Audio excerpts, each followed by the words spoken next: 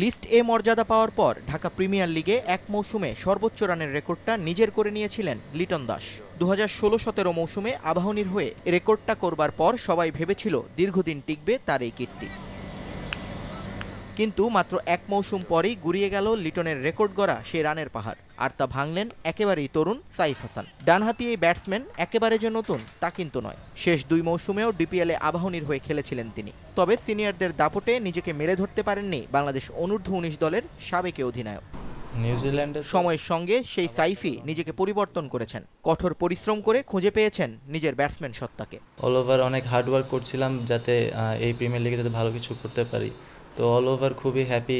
বাবুল স্যারের সাথে কথা বলছিলাম, আমাদের ট্রেনার এইচপি ট্রেনার ছিলেন, তো ওখানে অনেক কাজ করেছি। তারপর উনি বলছিল যে অফ সিজনে কী কী করবা। তারপর আমাদের তুষার স্যার ট্রেনার, সবাই অল ওভার অনেক হেল্প করছে। বয়সভিত্তিক ক্রিকেট থেকেই ধীরস্থির ব্যাটসম্যান হিসেবে পরিচিতি সাইফের। ক্রিকেট পাড়ায় তার ব্যাটিংয়ের প্রশংসা সবার মুখে মুখে।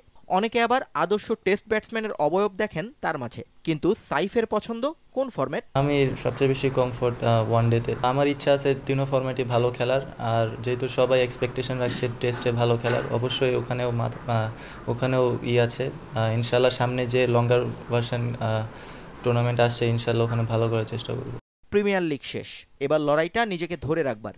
কারণ এখানেই যে থামলে হবে না, সামনে লাল সবুজের পতাকাকে প্রতিনিধিত্ব করবার বড় চ্যালেঞ্জ।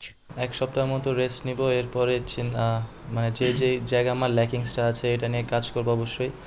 আর সামনে এইচপি প্রোগ্রাম আছে, হয়তোবা যদি চান্স পাই ওখানে, ওটা ভালো একটা প্ল্যাটফর্ম নিজের ল্যাকিংসটা ডেভেলপ করার। ঢাকা লিগের চলতি মৌসুমে 3 সেঞ্চুরির সঙ্গে 450-তে 814 রান করেছেন সাইফ হাসান। আমার মনে হয় নিয়ন মোহাইমিন, সময় সংবাদ, ঢাকা। আমরা যেরকম হার্ডওয়ার্কটা করি।